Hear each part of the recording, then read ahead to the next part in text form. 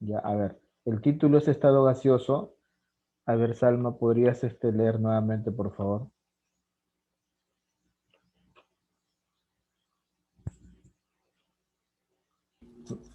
Desde el comienzo, profesor. Sí, disculpa porque se me fue el internet, ¿ya? Ya. El ojo de Dios, la nebulosa que nos observa. El Observatorio Europeo Austral, ESO en sus siglas en inglés, ha publicado una sobrecogedora imagen de la nebulosa planetaria Helix, conocida por los astrónomos como el Ojo de Dios, captada desde el Observatorio Chileno de la Silla. De todos es sabido que el universo se repite en formas y estructuras, pero para la vista humana, el poder contemplar un ojo espacial que mide 2 años luz, poco menos de 20 millones de kilómetros, es una experiencia única.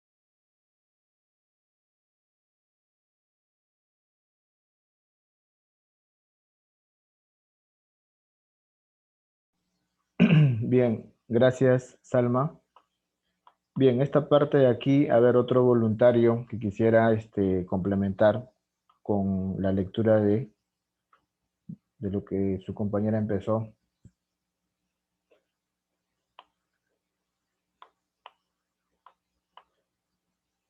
A ver, Judith Rodríguez, ¿podrías leerlo aquí fuerte y claro? Hasta donde dice caliente, ¿ya? Caliente. Ya, profesor.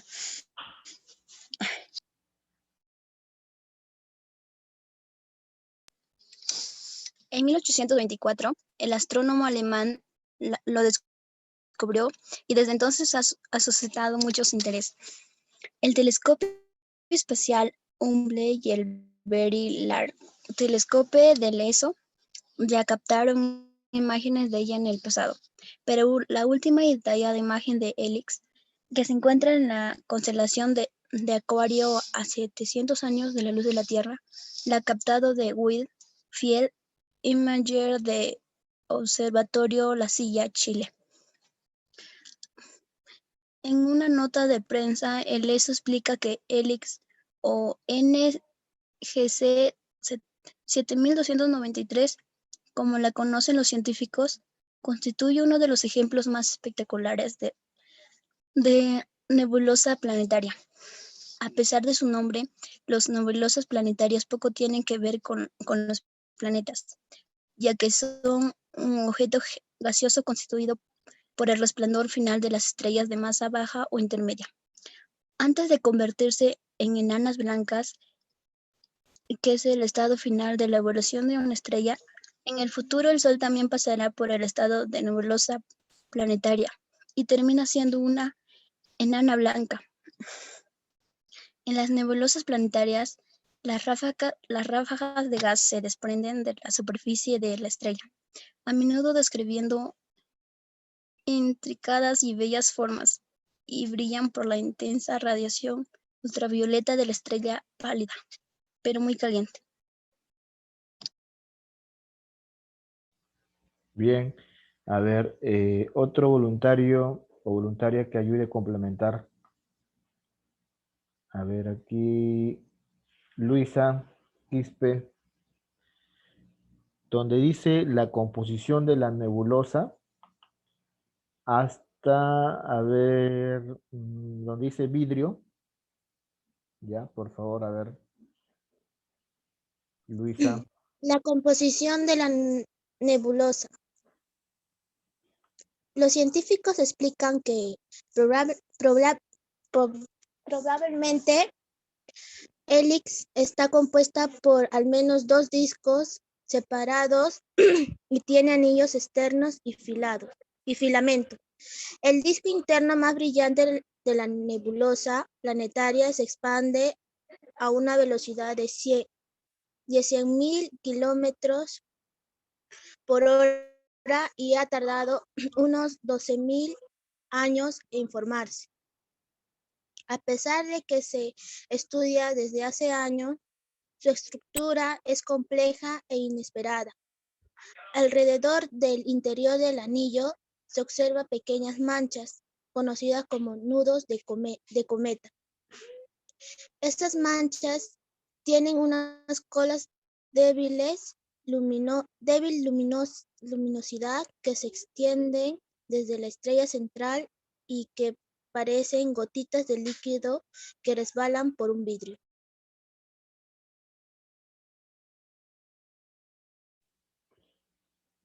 Muy bien. A ver, por último, a ver.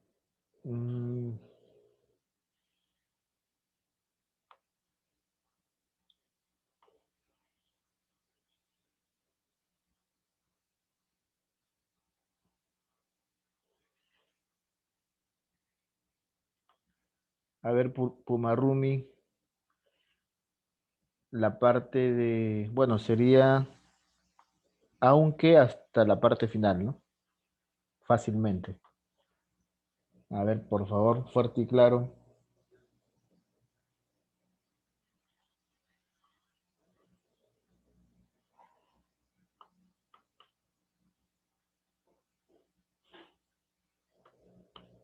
¿Está presente, Pumarumi?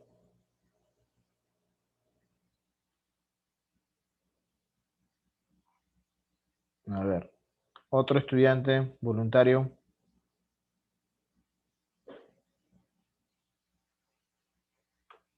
Bien.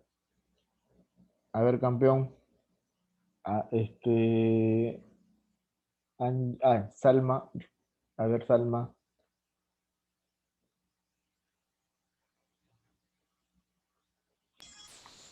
Aunque parecen minúsculos, cada nudo es casi tan grande como el sistema solar. La última imagen de Helix ha permitido a los astrónomos contemplar no solo esos nudos, sino también remotas galaxias agrupadas que se vislumbran a través del gas incandescente de la nebulosa planetaria. A pesar de la espectacularidad de la imagen telescópica, de su gran tamaño que cubre un área de cielo igual al ocupado por un cuarto de la luna llena, y de su forma de ojo, el órgano visual humano no puede verla fácilmente. Bien. Muchas gracias, ¿ah? Muchas gracias a todos, a los que han participado. Se agradece. Bueno, bueno, como ustedes saben, pues el universo abunda lo que es el estado plasmático, ¿no es cierto? ¿No? El estado plasmático abundan y pues para poder observar cualquier tipo de fenómeno, los científicos pues años tras años han tenido que eh, observarlo mediante unos telescopios, ¿no? Instalados pues en diferentes partes del mundo para poder tener una mayor resolución. Y de acuerdo a eso, pues hacer los estudios este, mm, con sus conocimientos físicos, químicos, etcétera, ¿no? Bueno, es un texto, una lectura en la cual quería compartirles para que ustedes puedan saber algo de cultura. ¿Ya? Bueno, acá en el Perú, lamentablemente no hay una especialidad en lo que es astronomía. Bueno, en países desarrollados sí, pues, ¿no? Ahí estudian lo que es astrofísica, ¿no? Más que todo lo que es el estudio del universo, ¿no? Pero acá, que tengo entendido, una carrera, algo relacionado a lo que es el universo, bueno, no tengo todavía una referencia, pero que yo sepa, ninguna, creo, ninguna universidad, ¿ya? Pero bueno, en este caso lo dejamos aquí. En el universo, uno de los estados más abundantes es el estado gaseoso. Otro estado que es el más abundante también es el estado plasmático, ¿ya? Dicho estado se caracteriza por, bueno, en este caso ya estamos mencionando algunas características del estado gaseoso, ¿no?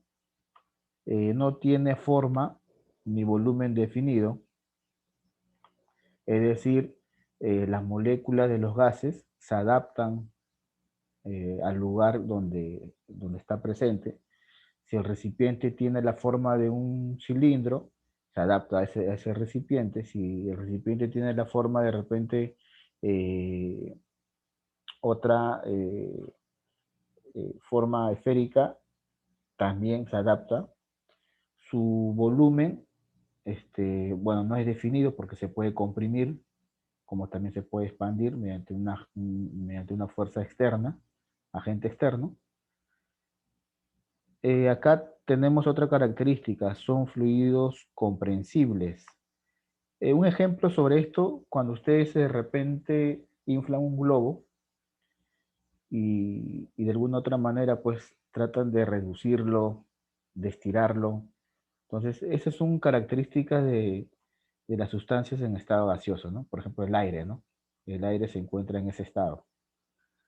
Se expanden en forma ilimitada. Esto se debe más que todo a que las moléculas que forman parte del estado gaseoso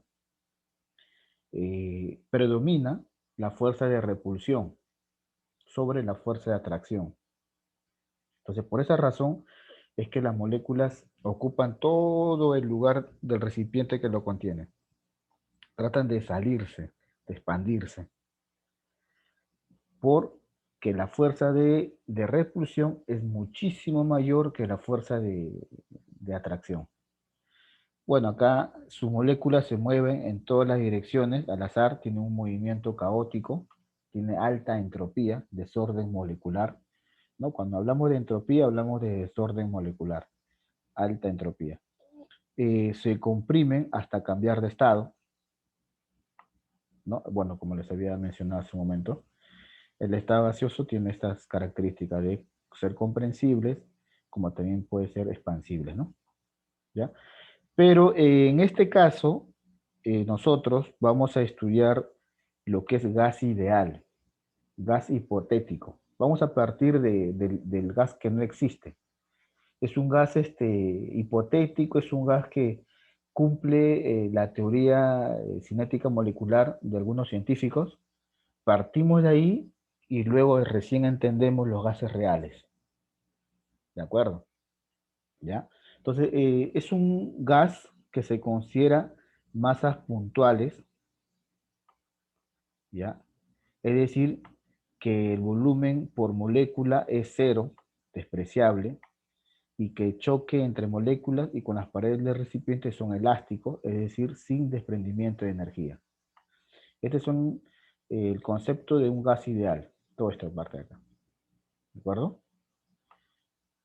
Un gas ideal tiene comportamiento ideal a bajas presiones, ¿no? La presión debe ser baja, pero la temperatura debe ser alta.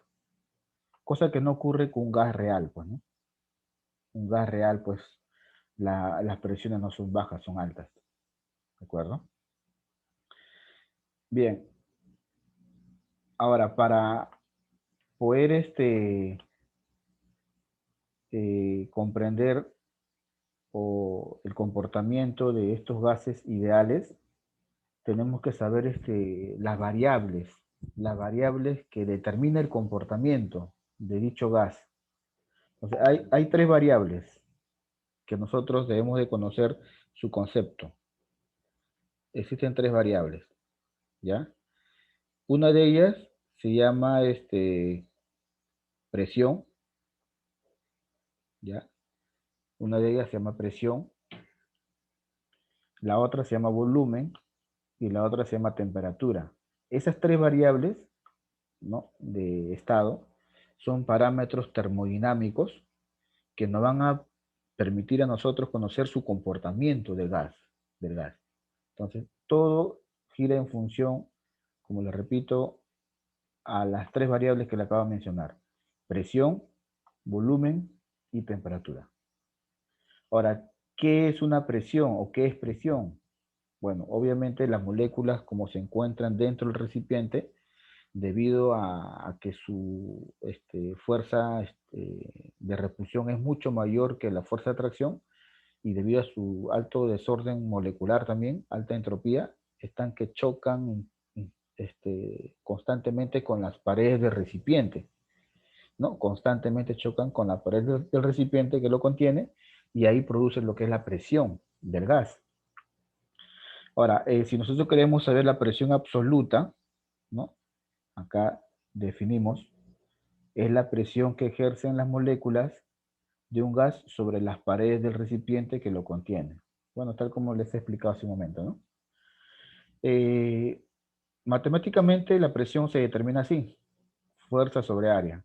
Por ejemplo, si ustedes quisieran saber la presión que ustedes ejercen sobre una determinada área de ustedes, por ejemplo, ahorita están sentados o están de pie o están echados, bueno, si ustedes quisieran saber la presión que están ejerciendo sobre una determinada área, bueno, obviamente tendrían que saber la fuerza que están ejerciendo, ¿no? Y en este caso la fuerza de gravedad y el área que ocupa, ¿no? Que ocupa su cuerpo en el lugar determinado, ¿no? Al dividir estas magnitudes fuerza entre área, vamos a obtener la presión. Y la unidad va a ser Newton sobre metro, o también podemos decir Pascal, ¿no? Pascal, ¿de acuerdo? Bien, este dispositivo que ustedes ven aquí, ¿ya? Acá dice, la presión absoluta se mide mediante la presión manométrica y la presión barométrica, ¿no? Si tú quieres calcular la presión absoluta, tienes que sumar la presión manométrica, acá lo voy a indicar, tienes que sumar la presión manométrica con la presión barométrica. Bueno, este menos pasa al otro lado y quedaría así. Presión manométrica, así, más la presión barométrica. La presión barométrica es la presión atmosférica, ¿no? En este caso, de la atmósfera, pues, ¿no? Sobre los cuerpos. Y esto es igual a la presión absoluta. ¿Ya? Este es igual a la presión absoluta, ¿no? Si a ti te dicen presión barométrica, es lo mismo que la presión atmosférica, ¿no? Aquí tenemos, con la suma, con la presión manométrica, tenemos la presión absoluta. Ahora, el manómetro, bueno, aquí el manómetro, como ustedes pueden visualizar aquí, el manómetro registra una diferencia de presiones, ¿no? ¿No? Interna y externa llamada presión manométrica. O también se puede determinar así, ¿no? Densidad del líquido, o en este caso de la sustancia, por la gravedad, por la altura.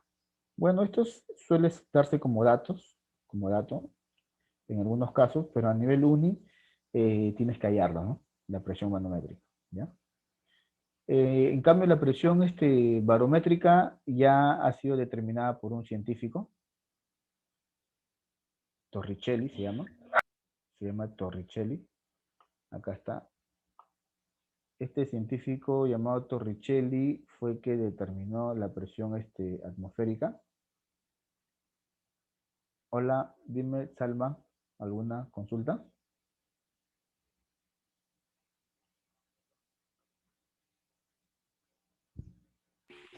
No, profesor, disculpe, se había quedado mi mano alzada. Ah, ya, ya. A ver, entonces, continuamos. Como le dije, la presión del aire se determina mediante un barómetro. El científico que determinó la presión atmosférica a nivel del mar fue Torricelli, ¿no? El que midió la presión del aire a nivel del mar, él fue el que determinó, y su valor es 760 milímetros por mercurio, o también equivale a decir una atmósfera, o también algunos lo escriben en honor a él también, ¿no? A Torricelli, lo escriben así, 760 Tor, así lo escriben, Tor. Este es a nivel del mar, ¿ah? A nivel del mar.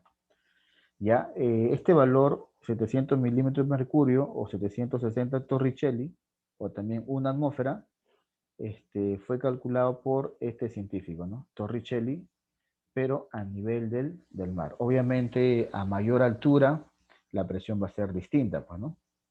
En Puno, en Juliaca, en Cerro de Pasco, ¿no? Va a alterarse la presión, ¿no?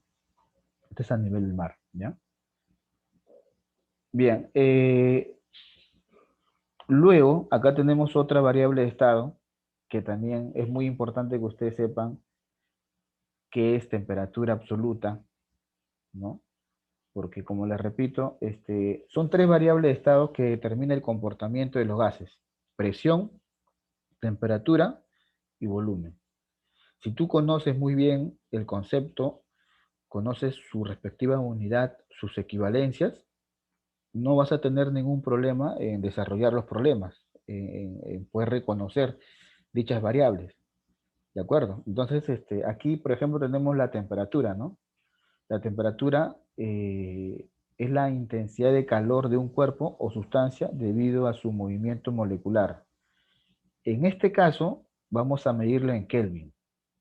El aparato que mide la temperatura se llama termómetro. Bueno, este es conocido, ¿no? Este es un dispositivo que ya ustedes lo conocen, ¿no?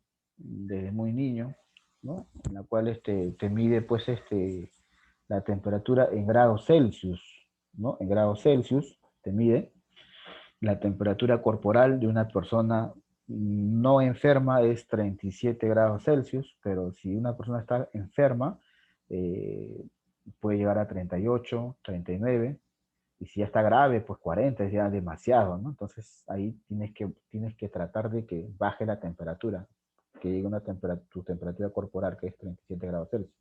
Por eso que las personas que tienen 38, 39, antes de llevarlo a un centro médico, bueno, tienen que tratar de poner un paño húmedo en la parte, ¿no? En la frente, para poder equilibrar un poco, ¿no? La temperatura.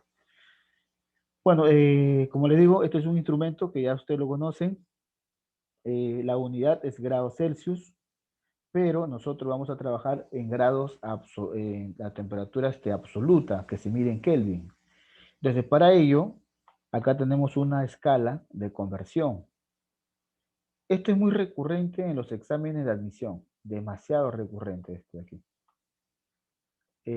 Cuando postulas a San Marcos o a una universidad privada, la Universidad Católica, o la Universidad de la UPC, o la Universidad Ricardo Palma, o la Universidad La Uni, o Villarreal, o cualquier universidad, o cualquier instituto, o cualquier institución superior, siempre suelen preguntar a veces en el tema de temperatura la conversión, siempre.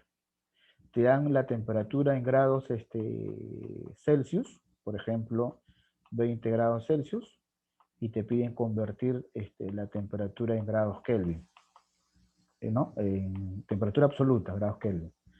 Entonces, usted tiene que buscar aquí una relación entre Celsius y Kelvin.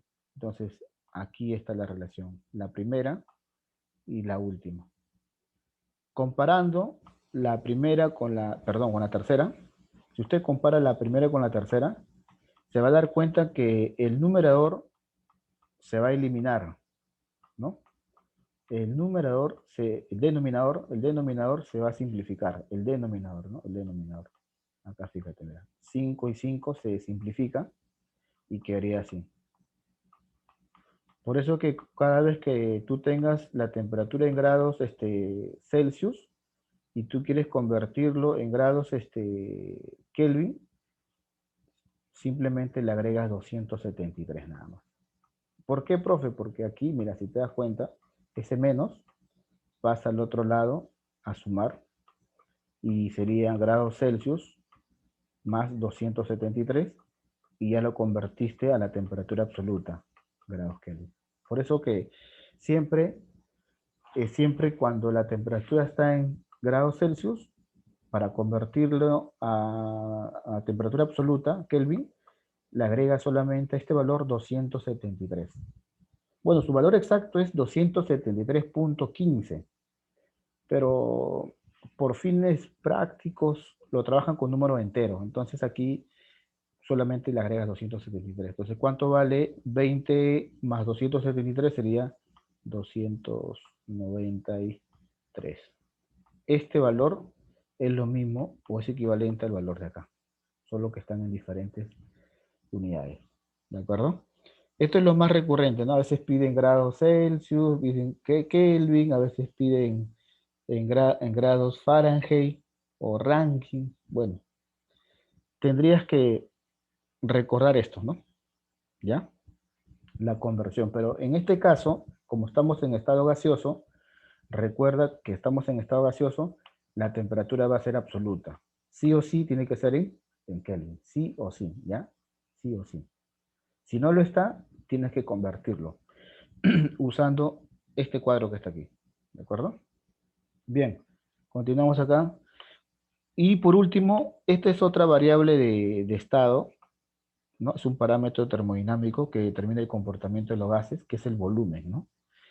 Es la capacidad del recipiente que contiene un gas, se mide en litros. Aquí sí quiero que quede bien claro, el volumen del recipiente, ¿ya? El volumen del recipiente va a ser igual al volumen del gas, que ocupa el gas. ¿Por qué, profesor? Porque las moléculas de los gases, cuando se encuentran dentro de un recipiente, ocupan todo el lugar, todo el lugar que lo contiene.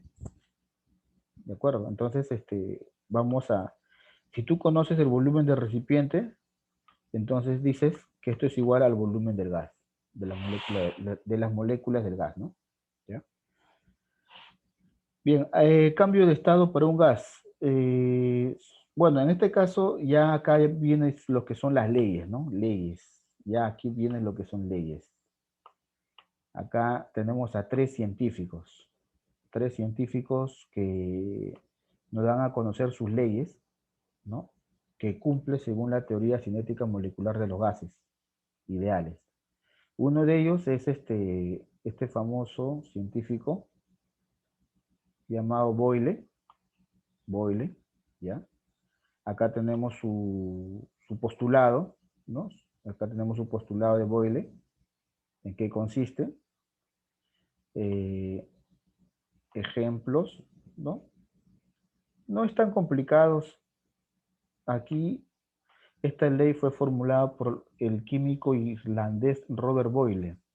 Describe el comportamiento del gas ideal cuando se mantiene su temperatura constante. Transformación isotérmica. Consideremos pues un recipiente con tapa móvil que contiene cierta cantidad de gas. Bueno, aquí en concreto, señores, la temperatura va a ser constante al inicio y al final. Entonces, como va a ser constante, este producto, ¿no? Pavo al inicio, ¿no? Es igual pavo al final. Este producto siempre va a ser constante, ¿no? Pavo al final. Pavo al inicio es igual pavo al final. Esto es la formulita de la ley de Boyle, cuando la temperatura es constante, ¿no? Obviamente, ¿no? ¿De acuerdo? Obviamente la masa también es constante, los moles es constante, ¿ya? La masa, moles es constante, ¿de acuerdo? Esa es la ley de Boyle, sencillo, no es tan complicado, ¿ya? Bueno, esta es la gráfica, es una, ¿no? Si ustedes se dan cuenta que es una hipérbola, esta es una hipérbola equilátera, ¿no? El producto, ¿no? La presión por volumen, este producto, presión por volumen es constante, ¿ya? Esa es la gráfica, ¿eh? Bien, vemos acá otro científico, a ver aquí, y acá está, a ver.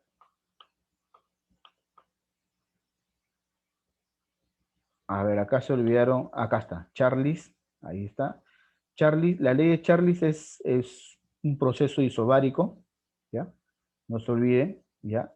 La ley de Charlis es un proceso isobárico, es decir, la presión es constante. La presión es constante. Acá, la presión al inicio y al final no varía, va a ser constante. Entonces, si es constante, se cumple esta formulita, ¿no? Esta formulita se cumple, ya, si la presión es constante. Vamos a mencionar acá. Volumen inicial sobre temperatura inicial es igual volumen final sobre temperatura final. Eso se cumple en la ley de Charles. la presión es constante. Al inicio, al final, la presión no varía. Por lo tanto, se simplifica y queda esta relación, que el volumen y la temperatura al inicio son directamente proporcionales. Igualmente acá, volumen al final sobre temperatura al final son directamente proporcionales. ¿De acuerdo? Bien. Esa sería la ley de Charlie. Y por último acá, la ley de, bueno, es una recta, ¿no? La gráfica es una recta. La ley de Gay-Lussac. Bueno, si en la primera ley que fue Boyle, temperatura constante, la segunda ley Charles, presión constante, entonces Gay-Lussac viene a ser volumen constante, ¿no es cierto? ¿No? Acuérdense ya. Ahorita le voy a hacer un resumen. Gay-Lussac, volumen constante. ¿De acuerdo? Aquí se cumple esta división, ¿no? La presión al inicio sobre la temperatura al inicio es igual a presión final sobre temperatura final. Esa es la formulita para la ley de Gay-Lussac, en la cual nos dice que el volumen al inicio y al final del proceso es constante, no varía, por eso se elimina. ¿Ya? Bien. Esto acá sería así. Bueno, esta es la ecuación de Clapeyron. Esta ecuación de acá es conocido como la ecuación universal de gases ideales. ¿Ya? Es conocido como la ecuación universal de gases ideales. Bueno, lo conocen como la ecuación de Clapeyron, ¿no? Ya, acá lo voy a mencionar. Esta es ecuación universal de gases ideales. Algunos lo conocen ya. Se llama pavito, pavo ratón, ¿no? Algunos lo conocen así. Pavo ratón. Ahí está. Esta es la famosa ecuación universal de gases ideales que se llama pavo igual a ratón. Entonces, cuando tú igualas pavo, acá sí, ¿no? Cuando tú dices pavo, es una mnemotecnia para recordar nada más, ¿ya? Cuando digo pavo igual a ratón, te vas a dar cuenta que en el primer miembro y en el segundo miembro se van a simplificar la letra A y la letra O. Por eso que queda presión por volumen. R es la constante universal de los gases ideales. T es la temperatura absoluta y N es el número de moles. ¿De acuerdo? Esta es la famosa ecuación universal de gases ideales. La presión siempre se mide en atmósfera o milímetro de mercurio. Volumen se mide en litros. El R es una constante, que ahorita le voy a decir qué valores toman. La temperatura tiene que ser absoluta, grados Kelvin. Y el N viene a ser número de moles. Ahora, el R tiene dos valores. 0.082 y el otro valor que vamos a trabajar, 62,4. ¿Cuándo uso este número o este valor y cuándo uso este otro valor? Fácil, papayita. Si la presión te dan como dato en las unidades de atmósfera, vas a usar este número que está aquí, 0.082. Pero si la presión te dan en estas unidades milímetro de mercurio, entonces ya no vas a usar este valor, sino vas a usar este otro valor, 62,4. Siempre en los problemas te dan esos datos, la presión en la atmósfera o la presión en milímetro de mercurio. Si te dan la presión en milímetro de mercurio, vas a usar este valor para R, 62,4. Para R, ¿ah? Si te dan el valor de la presión en atmósfera, el R va a ser 0,082 para R. ¿De acuerdo? Bien, ahora, luego viene lo que es la ecuación general para los gases ideales, que es la masa constante, ¿no? En un proceso, cuando la masa es constante, la cantidad de moles también es constante, entonces se cumple la ecuación general de gases ideales. Pavito triste al inicio, ¿no? O si no, lo llaman también pavo triste al inicio, así, pavo triste al inicio, es igual pavo triste al final. De aquí partimos para poder deducir las tres fórmulas matemáticas de las tres leyes que acabo de mencionar. De aquí partimos. Mira, te voy a enseñar, ¿ah? Para que sepas de dónde se deduce, pues, ¿no? A ver, mira, a ver, vamos a colocar acá. A ver. Ya, a ver. Ya, acá está. Ya, mira. ¿Te acuerdas la primera ley? La primera ley fue, si no me equivoco, ya, podemos mencionar en desorden, no hay problema. Ya, la ley de Charles. Ya, a ver, ley de Charles. Voy a escribir acá, ley de Charles. La primera ley, la ley de Charles. Entonces, en la ley de Charles, yo sé, ¿no? Yo sé que en la ley de Charles la presión es constante, sí o sí.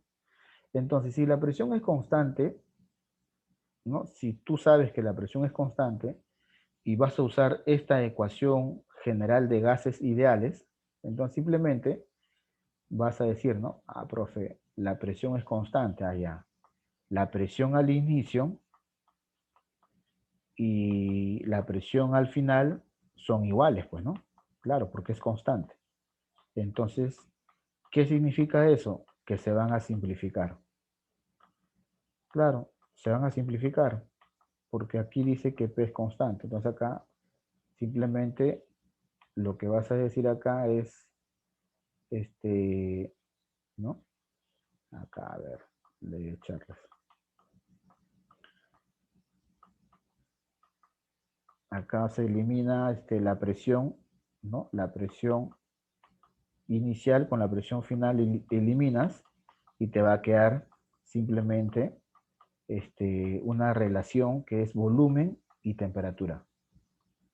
Volumen y temperatura. Te queda así, una relación. Volumen entre temperatura. Volumen entre temperatura. Y borras presión que está acá, ¿no? Ahí está, borras esto. Borras esto, presión. Ahí está. Queda volumen entre temperatura al inicio es igual volumen entre temperatura al final. Esa es la ley de Charles. Ahora, la otra ley, ¿cuál era? La otra ley era de Gay-Lussac, ¿no es cierto? ¿No es cierto? Entonces acá puedes decir, profesor, la ley de Gay-Lussac, ¿cuál era? A ver, acuérdate. Era cuando volumen era constante. Entonces, en la ley de Gay-Lussac, ¿ya? O también lo llaman proceso isócoro, así lo llaman también, proceso isócoro, le llaman, proceso isócoro. En la ley de Gay-Lussac, volumen es constante. Si el volumen es constante, se elimina V y quedaría P sobre T al inicio, ahí está, y quedaría P sobre T al final. Así quedaría. Esta es la ley de Gay-Lussac. La presión y la temperatura son directamente proporcionales. Y por último, el otro científico, ¿quién era? Boyle, ¿no? Proceso isotérmico, la ley de Boyle. Acá puedes decir, profesor, ley de Boyle, ¿no? Acá, ley de Boyle. Utilizas esta ecuación general, ¿no? En la ley de Boyle. ¿Qué dice la ley de Boyle? Ley de Boyle es temperatura constante, o también lo llaman proceso isotérmico. Así lo llaman también. Proceso isotérmico, o temperatura constante, se elimina la T, T y T se elimina, y quedaría el producto. P por V al inicio es igual P por V al final. Así quedaría. Ah, ya. Así es sencillo. Entonces, en conclusión, vamos a usar la ecuación universal de gases ideales. ¿Cuál es? Pavo es igual a ratón. Ahí está. 1. 2. Este también es conocido como la ecuación de Clapeyron, ¿no? 2. Vamos a usar la ecuación general de los gases ideales. ¿Cuál es? Pavo triste, ¿no? Al inicio. igual pavo triste al final. ¿De acuerdo? Y 3, vamos a usar las 3 leyes. La ley de Boyle, temperatura constante. La ley de Charlis, presión constante. Y la ley de Guy-Luxac, volumen constante. Ahora, tienes que conocer los procesos, o sea, cada uno de ellos tiene un nombre específico, cada proceso, ¿no? Por ejemplo, la ley de Charlis lo conocen como proceso isobárico, presión constante. La ley de Guy-Luxac lo conocen como proceso isócoro, volumen constante. Y la ley de Boyle lo conocen como proceso isotérmico, temperatura constante. Entonces, esos nombres tienes que recordar para poder desarrollar los problemas. Bueno, acá ha hecho la demostración, llega a esta conclusión, tal como hemos mencionado, ¿ya? Bueno, este tipo de gas es conocido por ustedes. Este es uno de los responsables de la destrucción de la capa de ozono, ¿no? Que es los freón, ¿no? En los spray, el gas que actúa como propulsor es el freón, ¿no? Y los freones son gases sintéticos químicamente inertes, pero al ascender hasta la capa de ozono, reacciona con esto y provocan su destrucción. Bueno, por eso que se debe limitar el uso, ¿no? Al mínimo. Bueno, este es uno de los responsables de la destrucción de la capa de ozono. Hay otras sustancias también, ¿no? Que son los ácidos, ¿no? En el tema de contaminación ambiental vamos a hablar más sobre estas sustancias, ¿ya? Bueno, acá solamente para que puedan conocerlo. Bien, ahora sí vamos a desarrollar algunos ejercicios, explicado la parte teórica. A ver, veamos acá. A ver, dice acá, practiquemos.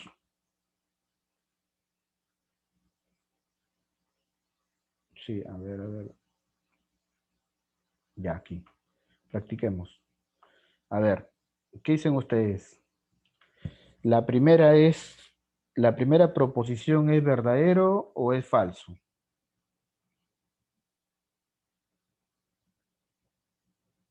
Dice, un gas es fluido incomprensible, dice. ¿Mm? ¿Qué dicen? Bueno, nosotros hemos mencionado varias características de los gases. ¿Se acuerdan? No tiene forma ni volumen definido, que los gases son expandibles, son comprensibles y otras características más. Falso, profesora. Son Claro. compresibles. Ujú. Muy bien, acá sería falso, ¿no? Porque acá dice incomprensible, es decir, que no se pueden comprimir, pero es falso, ¿no? Sí se pueden. Entonces acá vamos a indicar falso.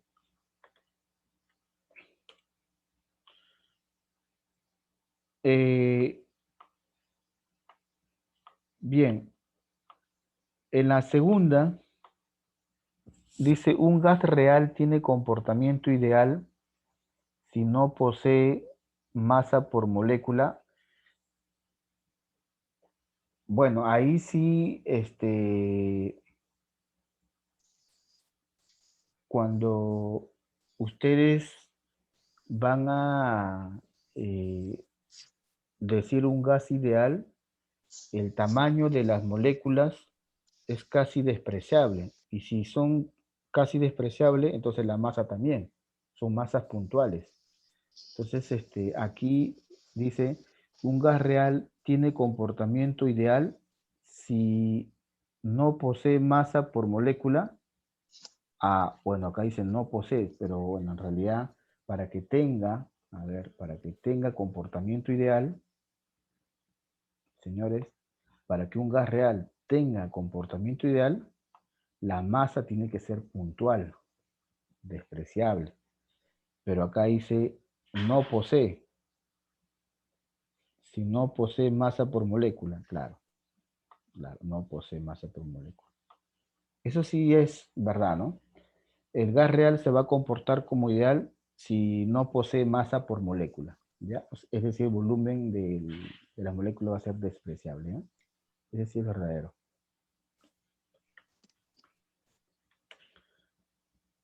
Bien.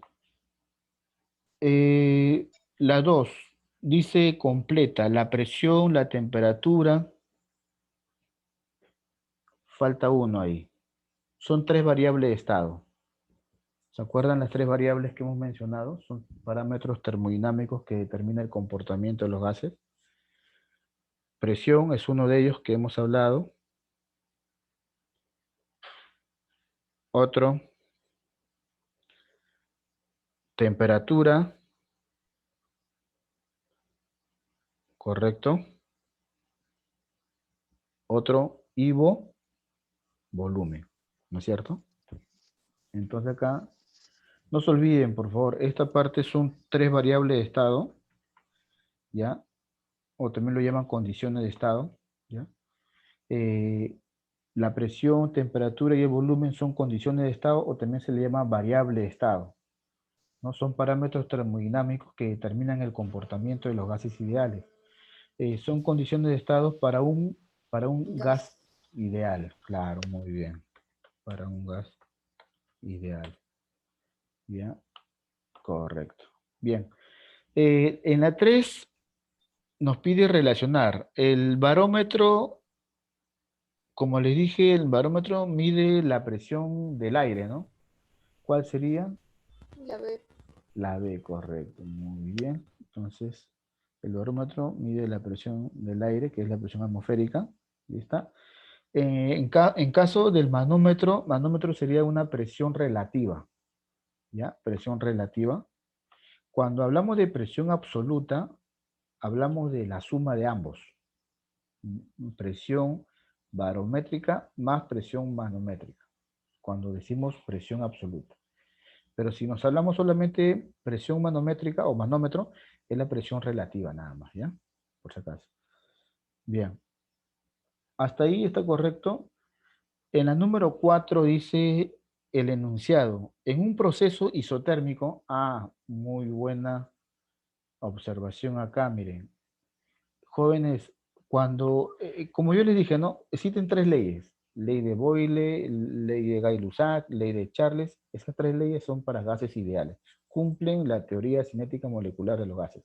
Ahora, ojo, no solamente basta conocer el nombre de la ley, a quién le corresponde, sino también debes saber el nombre del proceso. Por ejemplo, la ley de Charles, proceso isobárico, anótalo, ¿no? Debes anotarlo ahí, proceso isobárico. ¿Qué significa eso? Presión constante. Ya, ahí correcto. Ahora, otra ley, la ley de Gay-Lussac, Gay-Lussac, proceso isócoro, anótalo, ¿no? Sería volumen constante. Y por último, la ley de Boyle. Boyle sería proceso isotérmico, temperatura constante. Entonces, si te das cuenta aquí, mira, me dice el nombre de uno de esos procesos. Proceso isotérmico. Entonces, eso le corresponde a quién? ¿A quién científico? Entonces ya usted ya debe recordarse.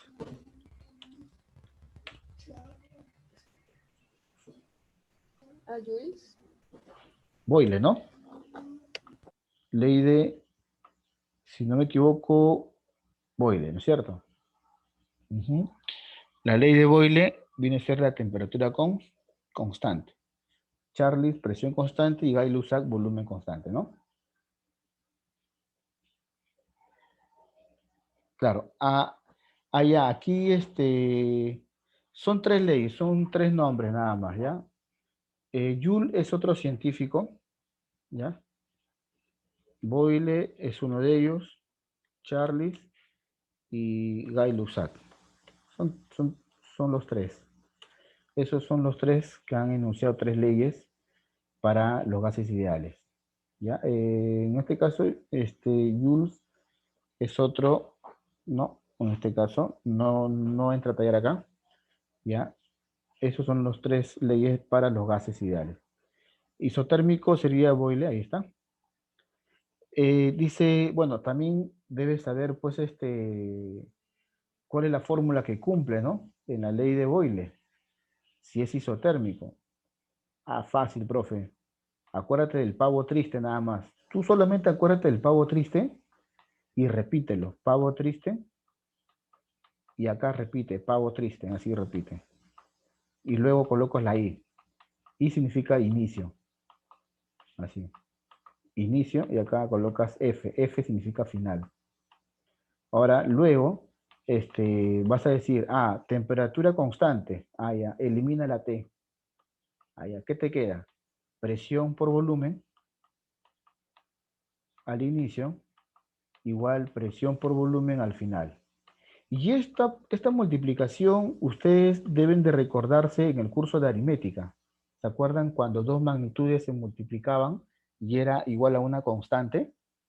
¿Era directamente proporcional o era inversamente proporcional?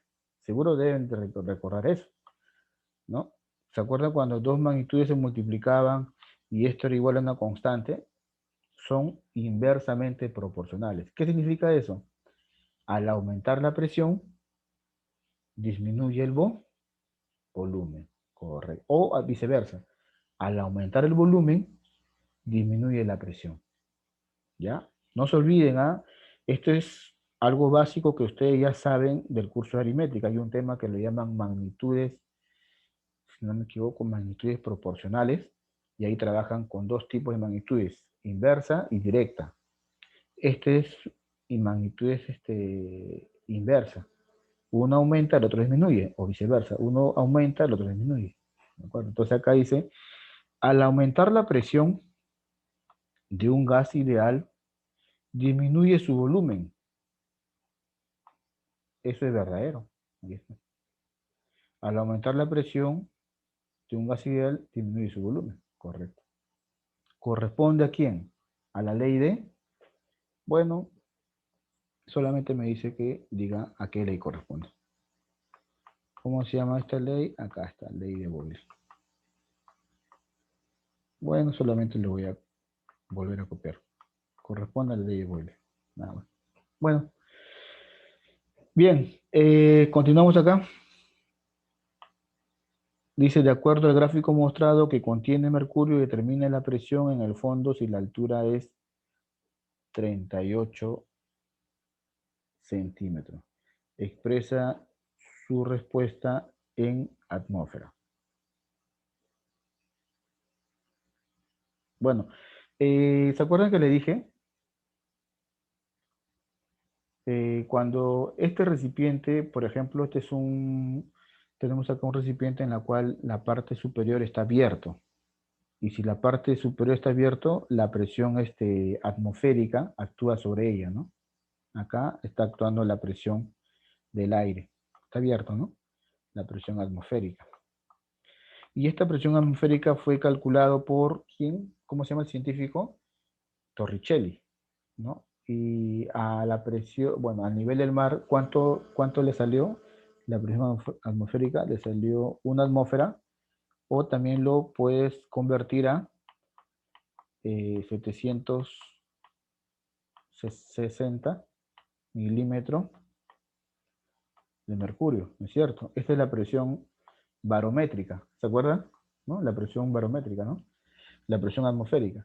Ahora, me piden calcular la presión absoluta.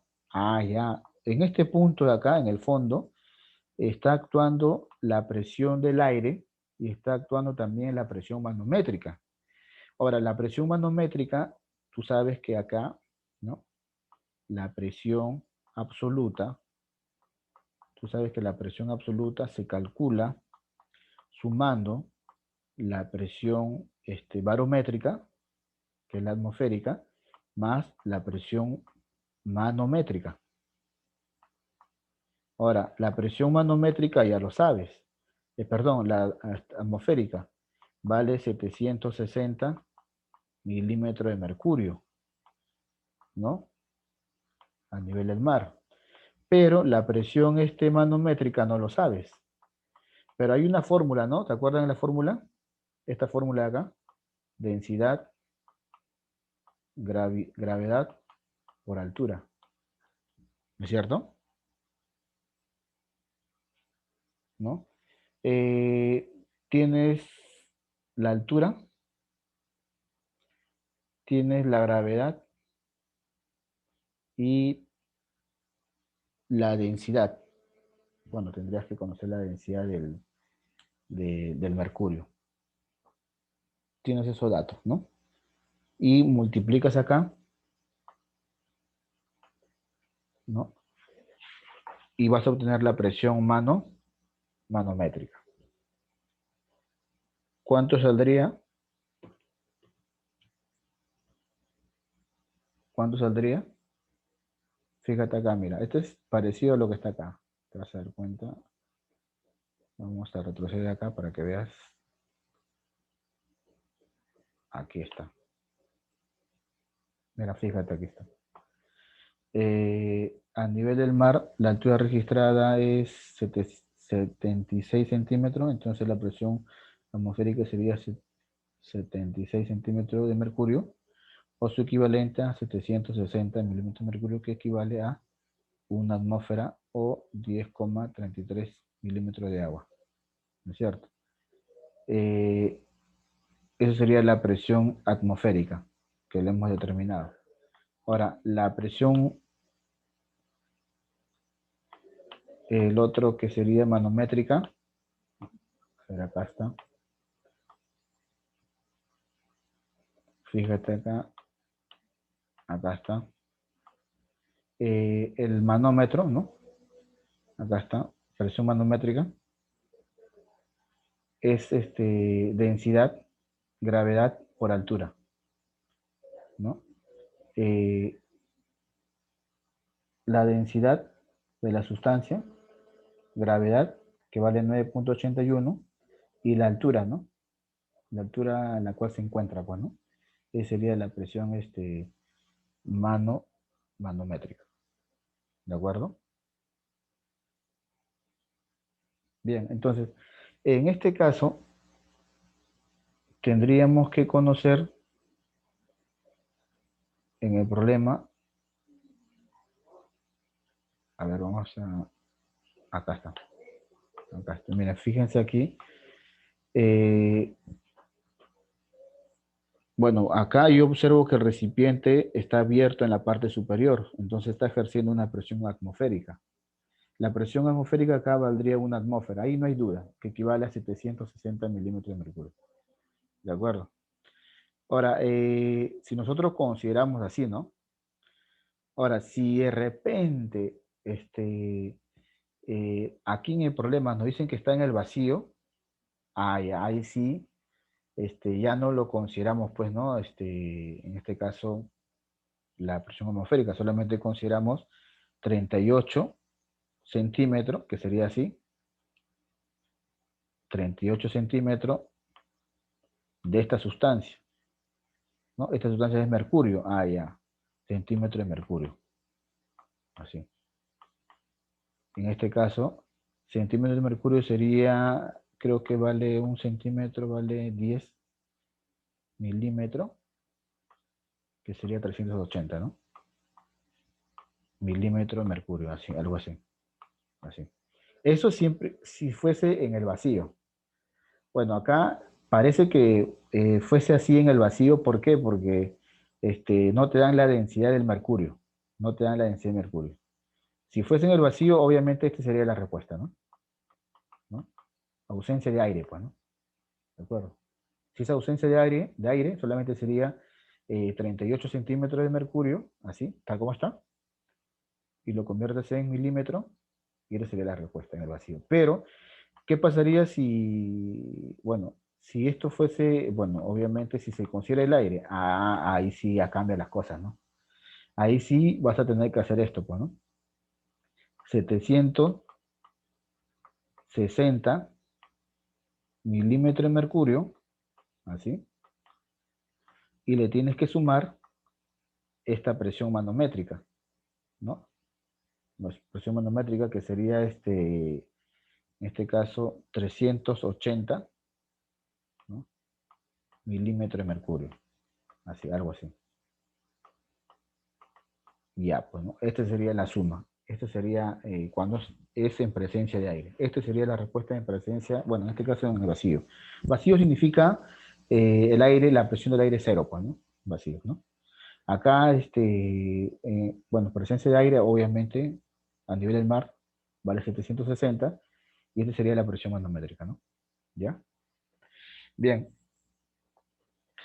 En este caso, estoy considerando ambos casos, ya, ambos casos estoy considerando para que ustedes sepan.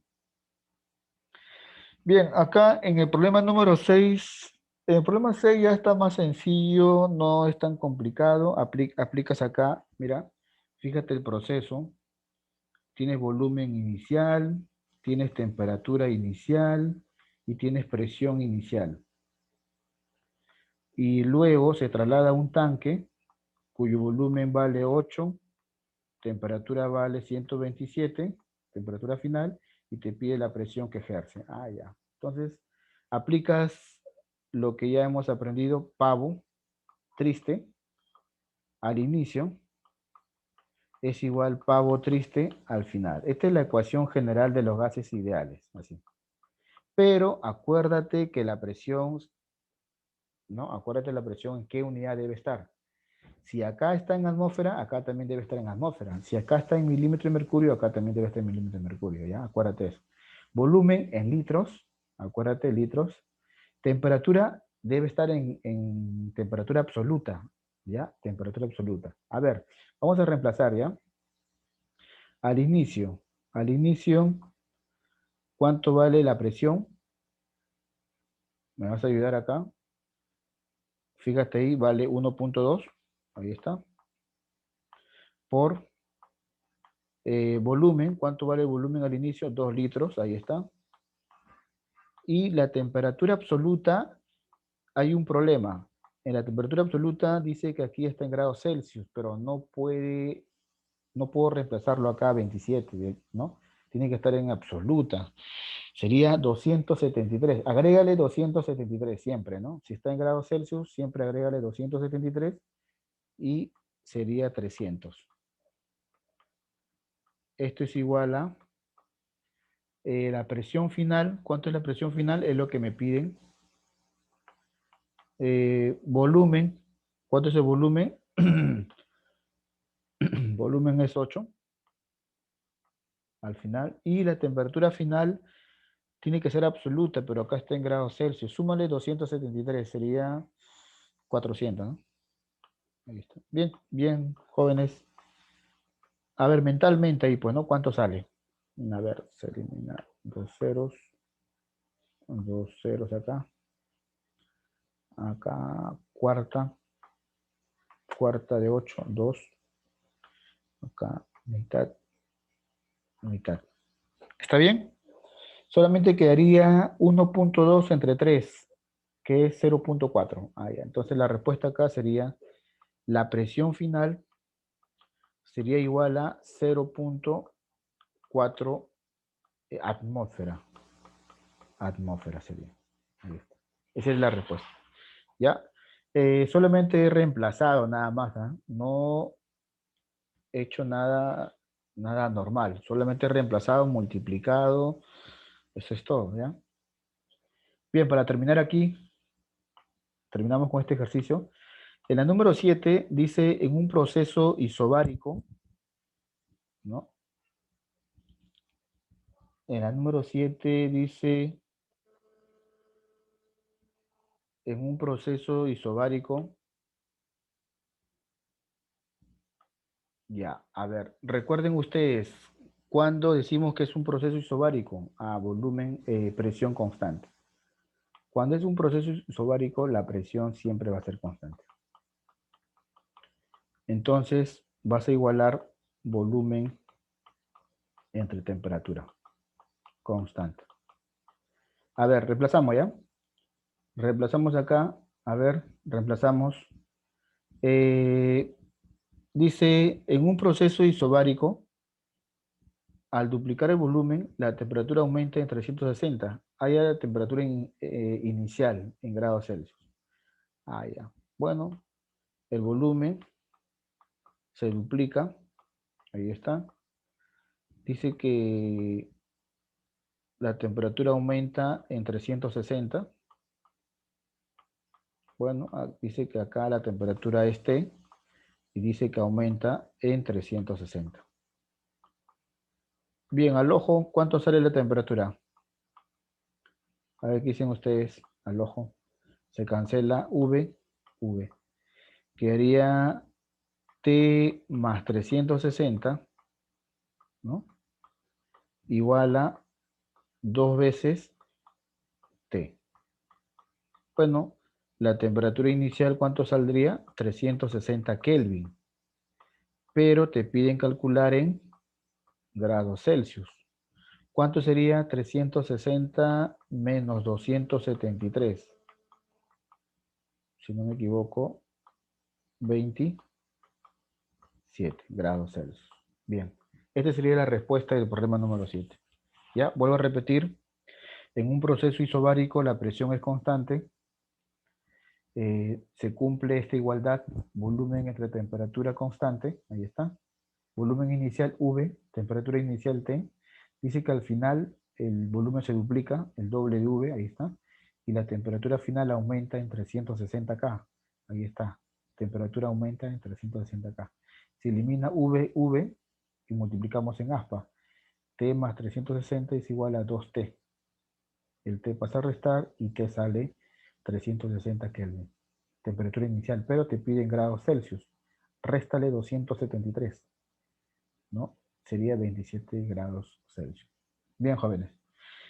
Hasta ahí sería, ya, todo por hoy. Voy a ver, los que van a exponer, a ver, pueden compartir su pantalla.